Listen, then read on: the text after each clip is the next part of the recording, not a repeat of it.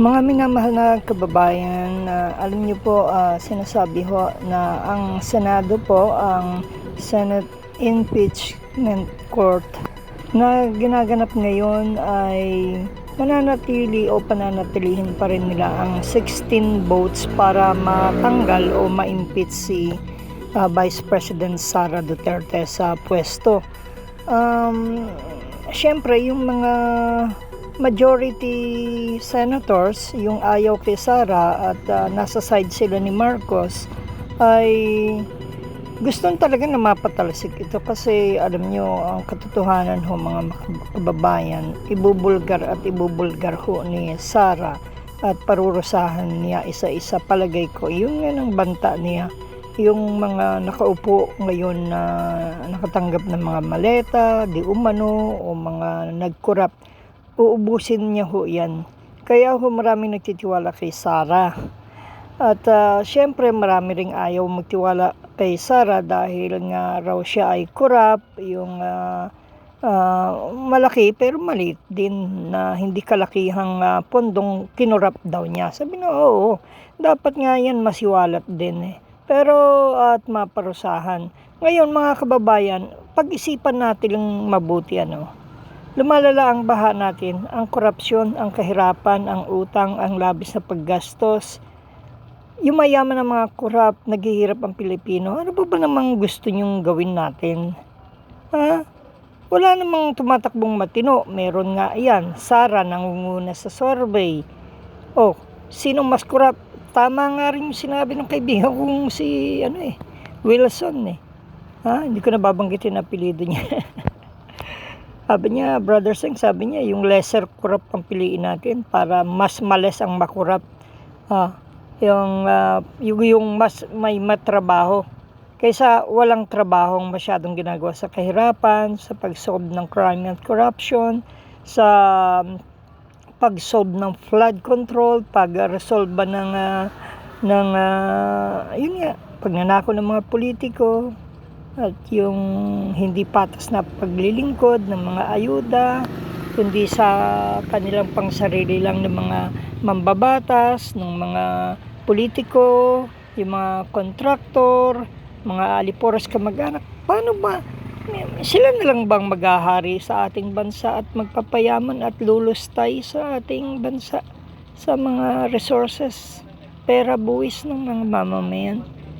Kaya nga sa ngayon, kung si Vico wala pa, hindi pa pwedeng umupo, I think napakalinis ng taong yan. I think o di kaya si Sol Aragones, yan lang ang pwedeng, ganyang utak lang ang pwedeng pumalit sa ating pagka-presidente para malinis ang ating bansa. Matapang at talagang kayang labanan, hindi man patayin, pero sa totoo man, kahit sa kasaysayan ng Biblia, gumagamit ng Diyos ng mga tao na talagang hari niya para kitilin na talagang lisawin yung kalaban. Sa ating bansa, kahit na wag patayin yung mga korap na presidente, mambabatas, mga senador, congressman, mga empleyado ng pamahalaan, ng mga departamentong korap, kahit yung mga politikong korap sa probinsyahan, kahit na hindi patay nyo, ipakulong at talagang baguhin ang batas para mabitay sila o masentensyahan. Ay kung hindi naman i-allow po ang bitay, yung sila man ay hindi na makakalaya, hindi na makakatakbo. Hirap sa ating bansa, nabulok ang values, na pati korap minamahal na natin at tinutulungan. Konti lamang ang naririnig ko na talagang yung korap gusto nilang palitan kahit sila ay nagtatrabaho dun sa korap na iyon. Yung gusto nilang maghanap pa rin ng matino dahil alam nilang korap yung pinaglilingkuran nila dahil sweldo lang ang gusto nila, sabi ng mga taong nakakausap natin. Kaya sila palipat-lipat ang kaawa-awang mamamayan. Pero kung may matino daw talaga, yun ang pipiliin. Kaya dito sa pag-i-impeach kay Sara, ongoing, 16 votes pa rin ang mananaig at yan ang sinasabi ng mga political analyst at mga eksperto na hindi pabor kay Marcos, yung sa gitna lang sila. Well, yung iba parang natutuwa dahil kung hindi mamimit yung 16 dahil hindi kayang imit ito ng mga ayaw kay Sara. Yung 16 votes ay ilan lang sila, nasa 11 o 12 ay kaya hindi nila pwedeng baguhin ang konstitusyon na kasuhan ng kasuhan na lamang yung mga senador at ipakulong na ipakulong dahil politically motivated. Halata naman po yan. Wag na natin hong antayin na magrebelde ang bayan. May nabasa akong post na yung sabi ni Benigno Aquino dahil kahapon ay wag nating sukatin o sagarin yung pasensya ng bayan dahil may hangganan ito. Kaya dito naman po kay Marcos, kung pa may bahid corruption, may bahid corruption din kay Sara, sino na lang ang mas hindi corrupt? Yun ang iniisipin ho natin. Sino sa kanila ang mas magpe-perform ng tama sa kapayapaan ng ating bansa, peace and order? Mas tatahimik ba pag si Sara o si Marcos? Mas may iwasan ng labis na pag-utang ng bansa at paglubog natin sa utang na napupunta lamang sa mga flood controls para palpak na gawain, para may kickback itong mga politiko, yung mga departamento, kontraktor, mga mambabatas. Kaya sabi ko nga, pipiliin ninyo kung saan mas maalis ang kahirapan. Mamimili kayo sa dalawa, Marcos o Sara. Mamimili kayo kung sino magbibigay ng patas na ayuda. Hindi yung kapartido lamang ng mga walang hiyang magnanakaw na politiko sa kaprobinsyahan ang nakikinabang. Dapat kayo kunin ng Diyos lahat sa Pilipinas, unti-unti, bigyan niya ng parusa. Yan ang laging ipanalangin natin. Hindi na magbabago yan. Kung magbago, sana nakinig na sila. Kung panalangin din natin na sana makinig sila sa mga babala ng Diyos. Kung hindi, tanggalin talaga sila o bigyan ng matinding parusa sa pamilya nila. Ganun ang Diyos kumilos. Hindi niya sasantuhin yung pinaglalaanan mo ng pera, yung ginodiyos mong pamilya mo o ginodiyos mong tatanggalin ng Diyos pati bahay mo, lahat ng buhay mo. Kaya ipanalangin ho natin sila sa Diyos na makapangyarihan, kayang tumapo sa kapangyarihan, paghahari.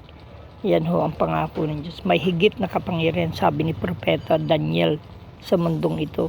Hindi ang mga tao, hindi ang mga korap, hindi ang makapangyarihan, kundi Diyos ang higit na makapangyarihan. Okay? Kung ayaw nila magsisid bumalik sa Panginoon, magnakaw, pahirapan ng bayan, pakasumpain kayo. At yan nga po, kahit sa kaprobinsyahan, yan din ho ang mga governor, mayor, congressman, mga bukal, mga kapitan, kagawad, sangguniang bayan, vice mayor and vice governor. Lahat ho yan, mamili ho tayo ng hindi corrupt naman sana. Kung gusto nyong mabago, kailangan magsimula po ito sa taong bayan. Mamili ho tayo ng tama, magtulak tayo ng tama. Huwag tayong masiyahan lamang na payaman ng payaman yung mga magnanakaw at ang alipkoras kamag-anak nila. Pahirap ng pahirap ang mga mahihirap at hindi patos. Hindi naman sana dapat maging ganun. May pondo may buwis. Ang problema nga lang, ginagamit nila iyon pampalapad ng pampahaba ng buhay politika nila. Pampaamoy, pampaayuda, pampaasa. Pero pag naupo sila, katiting lang ang itutulong at aalagaan lang nila yung nauuto nila. Yun lang bibigyan ng mga ayuda, tulong, yun lang. Pero yung lahat hindi ho. Sabi nga nila panahon lang. Yung karumal-dumal na panahon na noong ko pa narinig, matagal na akong reporter sa radyo, na pag upo ng mayor, pinalitan yung isang mayor, tanggal lahat. Oo nga, hindi mo maaalis yun dahil nga kalaban niya yung mga nakaupong yun inappoint ng dating mayor. Pero pag siya naman, panibago. Pero ganun din sila na naman na makikinabang, yung iba hindi. Bakit hindi ipatas? Ganyan trapo ang mga politiko sa Pilipinas, kahit sa kaprobinsyahan.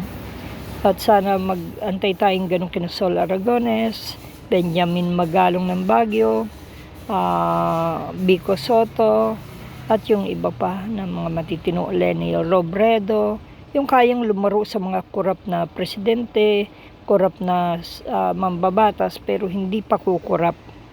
Sana po ay buksan ng Diyos ang ating mga mata, makapili tayo ng matitino ng mga leader na yung talagang tunay na binubulgar nila habang nakaupo sila.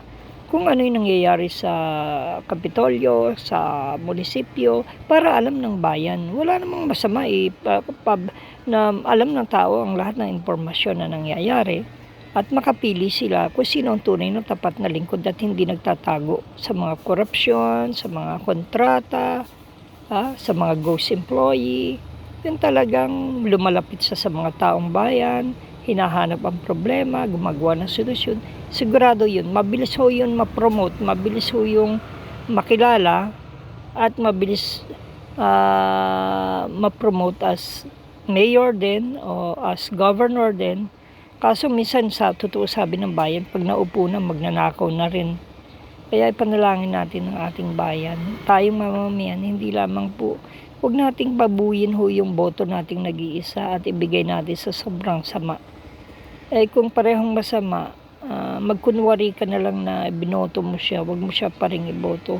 Pero brothers, sabi niya, paano kung parehong masama? Kung nga naman, hindi mo maalis yun. Dahil ako ilang beses na rin ako hindi bumoto ng mga naglalabang politiko. Kasi parehong corrupt. Di ayoko lang makinabang, kaya ko naman mabuhay, at saka hindi ko naman kailangan ng impluensya o tulong nila dahil mabibisit lang. Then kaya maghanap ng trabaho, makontento, umasa sa Diyos at ipanalangin sila. Saglit lang kukunin ng Diyos ang buhay ng tao, isang high blood, isang diabetic, lalo na yung mga politikong malakas kumain, mga matatakaw, putok-batok na yung mga yan Ang dami matataba na. Hindi sila nahihiya sa katabaan nila. Yung naghihirap yung mga mamamayan, maraming dapat tulungan. Sila enjoy lang sa magagandang sweldo at kurakutan. Pero sabi ko nga, dyan namamatay yung mga matatakaw sa lamon at kain at mga gala. Makikita ninyo, aksidente yun ang pwedeng kapuntahan ng kinahuhumalingan nilang makamundong buhay. At saka may paraan ang Diyos. Huwag niyong akalaing hindi kukunin ng Diyos sa masasama ko. Ipapanalangin ninyo na palitan sila. At magtino tayo sa pamimili ng ating banal o na boto. Huwag natin binebenta yan. Huwag ko kasalanan sa Diyos yan. Okay? God bless you po.